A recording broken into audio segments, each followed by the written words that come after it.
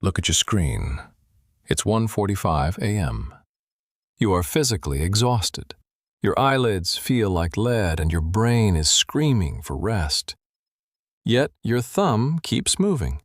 You are watching a video of a stranger deep cleaning a rug or reading a 40-part thread about a movie you'll never see.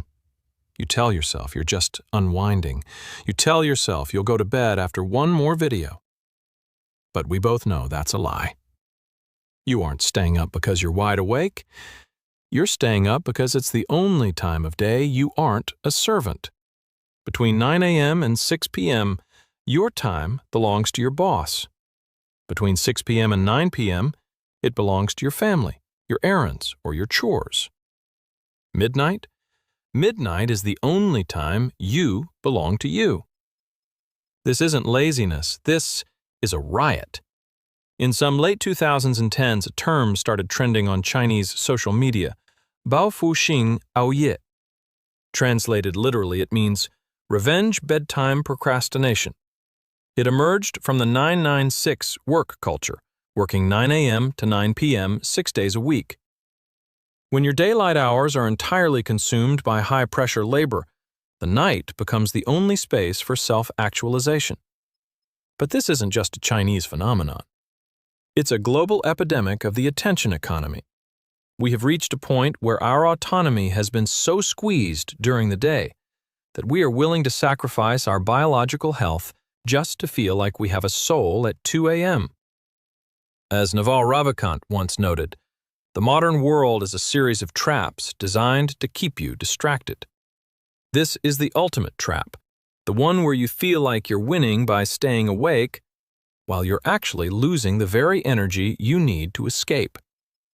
The Roman Stoic Seneca wrote in On the Shortness of Life, "No person would give up even a tiny bit of their money to a stranger. Yet into how many people's lives do we let ourselves wander? We are frugal in guarding our personal property, but as soon as it comes to squandering time, we are most wasteful." Seneca's insight is profound, but it misses a modern nuance. In the 1st century, time was wasted by choice. In the modern age, time is extracted. Every email, every notification, every quick sync is a stranger reaching into your pocket and taking a minute of your life. By the time you get home, your time account is overdrawn. Revenge Bedtime Procrastination is your attempt to commit identity theft against your own future. You are stealing hours from tomorrow's version of you, hoping they won't notice the debt. Why can't you just put the phone down? It's not because you're weak, it's because of decision fatigue. Throughout the day, your prefrontal cortex, the CEO of your brain, is busy.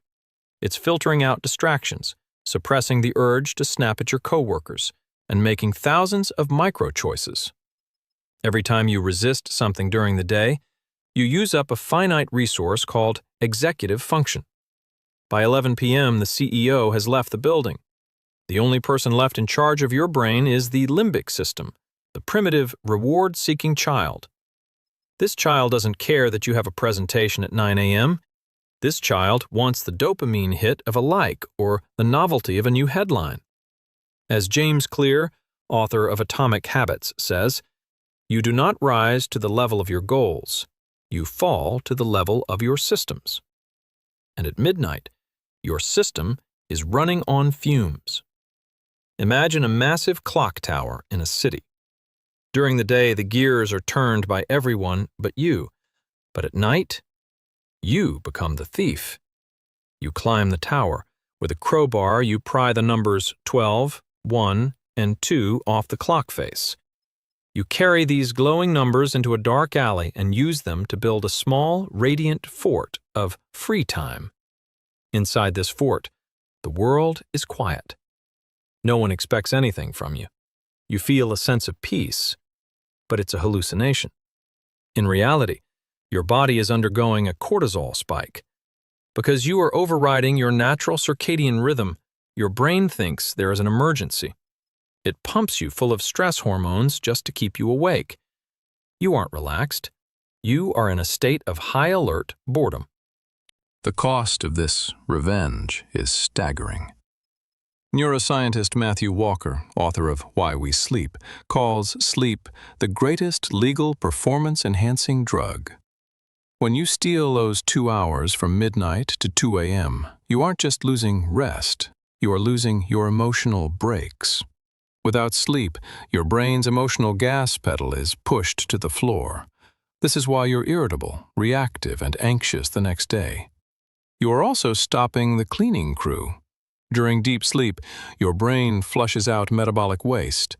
By staying up, you are literally letting brain trash accumulate. But the cruelest part? The agency gap. Because you wake up tired, you have even less willpower the next day.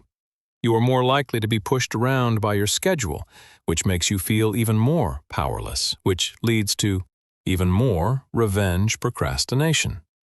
It is a behavioral death loop. To break the graph, you have to stop being a thief and start being an owner. First, the 15-minute agency rule. If you don't own a single moment during your workday, you will always seek revenge at night. You must carve out autonomous pockets during the day. Go for a walk without your phone. Read a book at lunch. If you feed the child during the day, it won't scream for attention at midnight. Second, environmental design. As James Clear advises, make the good behavior easy. Charge your phone in the kitchen, not the bedroom, the kitchen. If you have to physically get out of bed to scroll, the friction will be high enough that your tired brain will choose sleep instead. You cannot win a war against your own biology. The midnight thief is a symptom of a life that is being lived for everyone else. To truly reclaim your focus, you don't need a better scrolling app, you need a better day. Stop taking revenge on your future self. They are the only ally you've got. Go to sleep. The world can wait until you're powerful enough to handle it. Thanks for watching. Understanding the patterns of our behavior is the first step toward changing them. If you found value in this video, please hit the like button and subscribe to join our community. This is Behavioral Graph. Decode the pattern. Look up.